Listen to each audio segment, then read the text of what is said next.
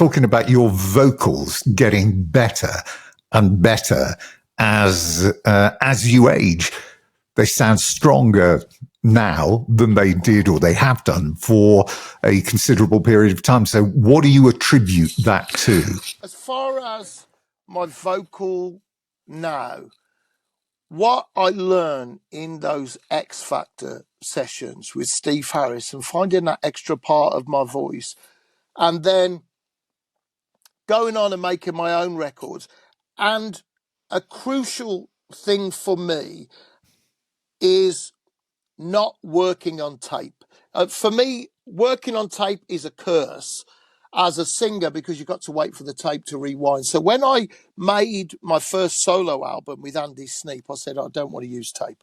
I want to use hard drive. I want to use what is the cutting edge really of technology and record to hard drive, because computers were getting big enough to handle proper music at that time.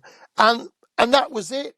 Instead of endless repetition, let's set your level, which is, sing a bit. And then after an hour and your voice is tired and your enthusiasm is dead. Okay, ready to start. So what? What? And the other thing, which I hated, I started out to be a live singer and be on tour, to be a recording artist. That was something, it was necessary to make records so you could go on tour. I'd never had a big idea about being a recording artist at all. I just wanted to be a live singer. Okay, we'll make records. Let's hope they're good. We can go on tour, but do a big tour and all of that. And there you are. And what they do, they put headphones on you, and then they put you in a small booth, often with no window, facing a wall. Yeah. And you'll go, well, this is about as far from being a singer in a band as I ever wanted to be. I may as well be, you think, what they're going to do now? Expect me to clean the vocal booth. It was horrible. So when I went with, did my first record with Andy Sneap, I said, Andy, a chap I know, he did all his vocals in a control room with the engineer. And, you just wire the speakers differently. I said, I want to do my album like that. I don't want to go in any vocal booth or nothing like that. And I said, if I can avoid headphones, I want to. So he said, yep, okay, that's what we'll do.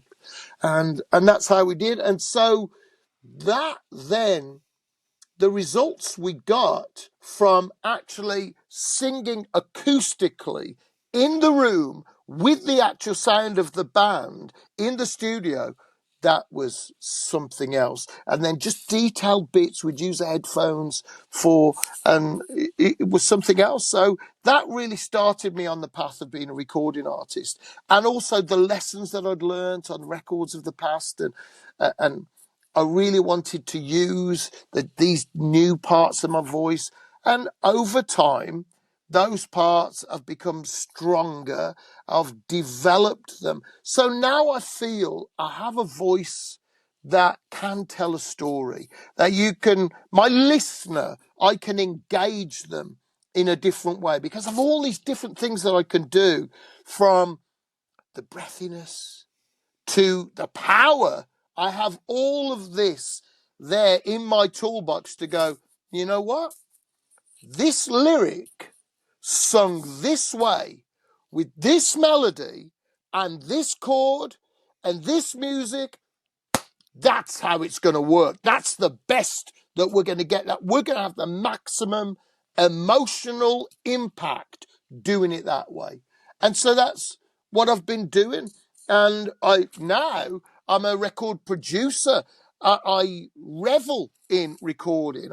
Writing songs has always been something I've really enjoyed because I treat it as a puzzle, finding the pieces. But now it's much more than that. And in the scheme of things, I've been able to have long breaks between tours, and there's been times when I've hardly done any live shows. So my voice has never been under the strain that it would have been, or the that people like Rob Halford and Bruce Dickinson and other really big singers who do a lot of touring, like 9 months at a time, not under that pressure and strain, always time to recuperate and changing the register in which I sing things. I'm like, you know what?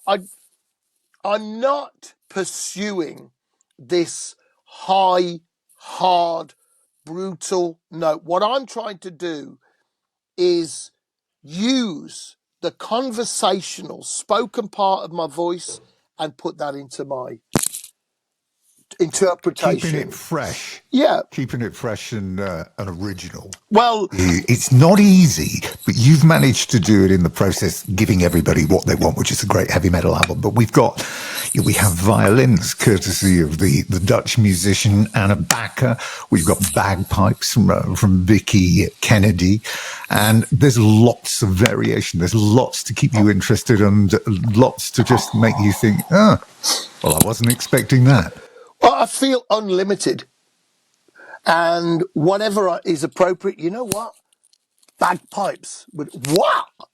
Yeah, bagpipes.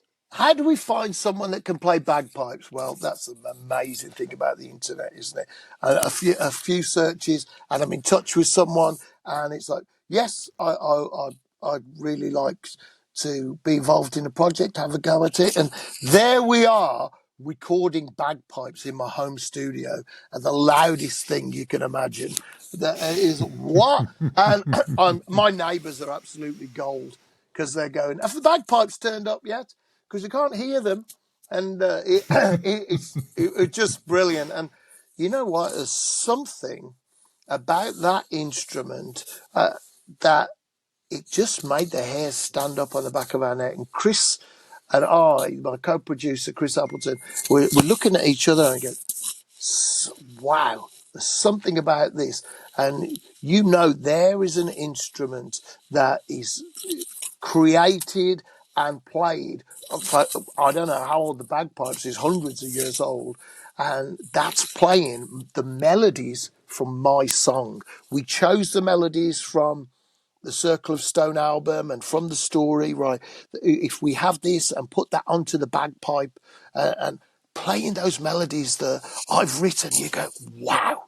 It was an incredible, incredible feeling. And that song, The Call of the Ancestors, it just came to life. And there you are. You have the ancestors, an instrument that your ancestors may have played there, calling to you in a melody that I've written. It was amazing, amazing. And it's unlimited in the way that I don't often work with synthesizers or things like this. Occasionally piano I've used, but I like this feeling of natural as well. And I don't feel limited to electric guitar.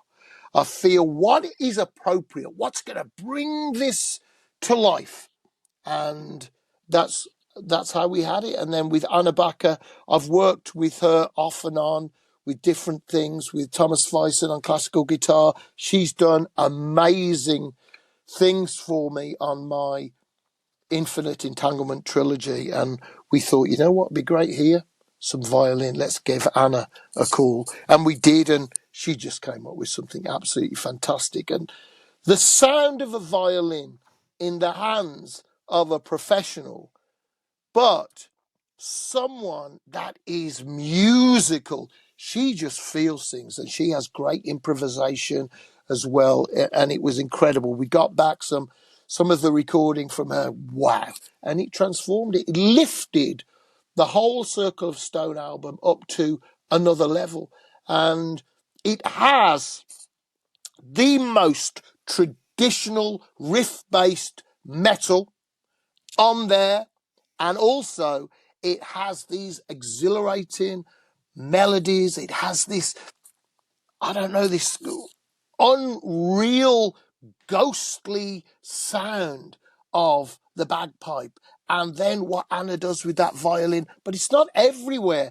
It tells a whole story. You listen to track one, and what you can read my mind. No, if I listen to what you say. Then my life will be a catastrophe. That's the point of that song. If I believe what they believe, my life will be a catastrophe. I don't believe you, and I don't take what I'll create my own future. Thank you. My future's in my own hand, and it goes from there right up until the end. Each one, the song, as it starts to take shape, it ceases to be your idea and it becomes its own thing. The song has its own shape, and from that point, you are trying to serve the song and guide it and find out where that's supposed to go. What is the direction? How does that make sense? It's not your idea anymore. You are there then entrusted. That's the way we feel when we're producing. You're entrusted with this song. Now it's taken on this. How does it come to life now? And, you know, there are a couple of things on there that went, oh, yeah, that's it, man. And another few things where you go, oh, no. It's just not working. But all the bits are great, but it doesn't work. Something about it doesn't work. And a couple of weeks later, you go, you know what? If we put this bit instead of having that as a chorus, what if that wasn't a chorus? That's part of the instrumental. Oh yes, that's it. It works. So that's it. It's horrible, and it's agony sometimes. It's absolute agony trying to do these things, and then you go back, you're so close to it, you don't know what's a fast song or a slow song anymore. You know, that's it. You're beyond it, oh man. And then you put it to bed and you go, that's it. I'm not listening to that now again until it comes out because I've had enough. I can't tell the difference, what it is. And my manager said, I think this is a really good album. I think you've done something very special. I'm going, well, I can't tell. I absolutely can't tell. You must have been able to tell, though, from the comments from the fans, because if you go online and look, the only people I trust are my fans. Response. That's it. And when I started my trilogy, my Infinite Entanglement trilogy, the first album of that Infinite Entanglement, I said to my manager, you know what? I don't want this album going out to the press at all until everyone that's pre-ordered this album has got it. Those are the comments I'm interested in. That's it. I don't care what the press say. They don't get it at all. The fans get this album first. And I mean, that's a lot, really. And he stuck by me and what I wanted to do.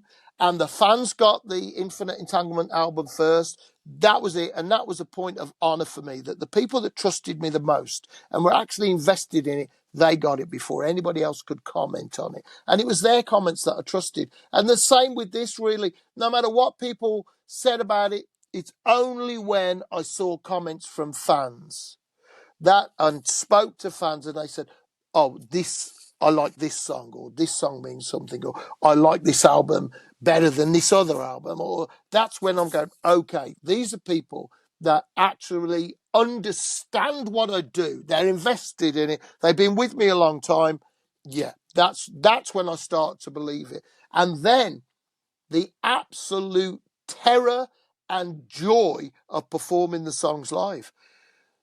You've imagined you could do this as a standalone show. Yeah, you could. If you thought about this, doing the Circle of Stone tour and just playing the album. My fans go back a long way, but there's also a lot of new fans as well. So what I like to do, I always think there's a song, there's something from every album that's someone's favourite song. So what I did with my previous album was, there were so many songs on there that I thought, I'd love to play this live, that we started off playing about half the album live. And then we made sure during the course of the whole tour that if you came to see us again, you'd see the rest of the songs that you didn't hear that first time. So that's what I'm hoping to do with Circle of Stone, is we're playing 5 songs off it, new at the moment, and then over the course of the tour and maybe going into next year, right, here's another one from the album, until we can play confidently most of the album and fans will go, yeah, well, I know the album now, so I really want to hear this. Whereas people may not have lived with it in such, it's so new, you know. So I want to last question then.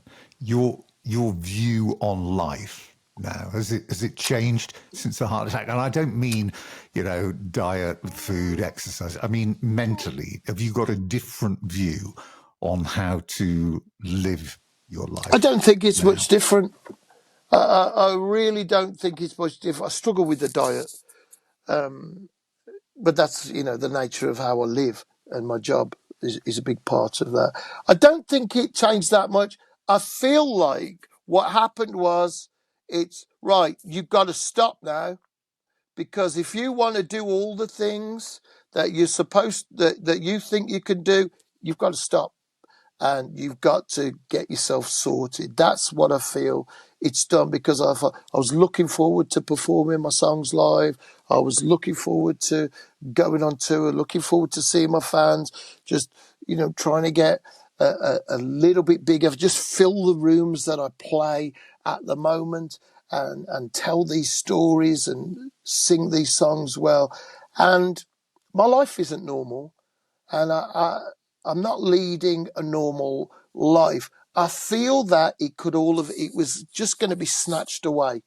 And the thing that's slightly different to what was before is, I feel like I've still got another album to make. There's still something to make, and now I better knuckle down and do that album.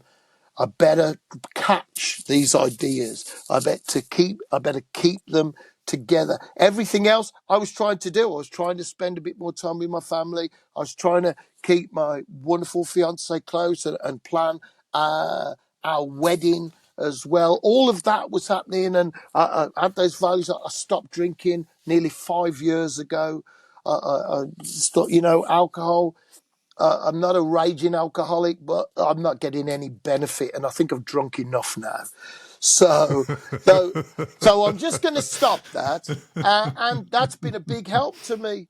To be able to stop that, and go from, well, I was using alcohol, and I wasn't, for all of the wrong reasons. So to stop that, and then my energy being more on the creative side, and looking after that side, and my values are different now to what they were when I was a young man. And I think the biggest lesson was those horrible lockdowns in COVID, that second and third lockdown, when I thought, you know what, are we ever going to be able to perform live again? Is this going to be over? That was the thing that, after that, and going on tour and seeing my fans, and fans that have been with me for a long time, there were so many hugs. It was incredible. And now a heart attack, it goes, you know what? There's your warning. You want another one of these? You want another one? You want it? Because that's going to be your last one. Your next one is probably going to be your last. So if you don't want anything else, you just carry on like you were doing. That's it. You carry on. You see where you get. And that's what I feel the lesson is. Like, well, there's some simple things that I can do to make sure that I can make that next album, that I can make sure that I get married. And I think, it's a different, it's a bit different, but I feel like it's a lesson, not that I was living so much the wrong way, but if I carried on living all that way, with all those bad habits and confusion about your diet and everything, if you want to carry on living that way, you're not going to live much longer. And all this work you've done, and all these songs that you're so proud of, well, you're never going to sing them. So that's the real lesson.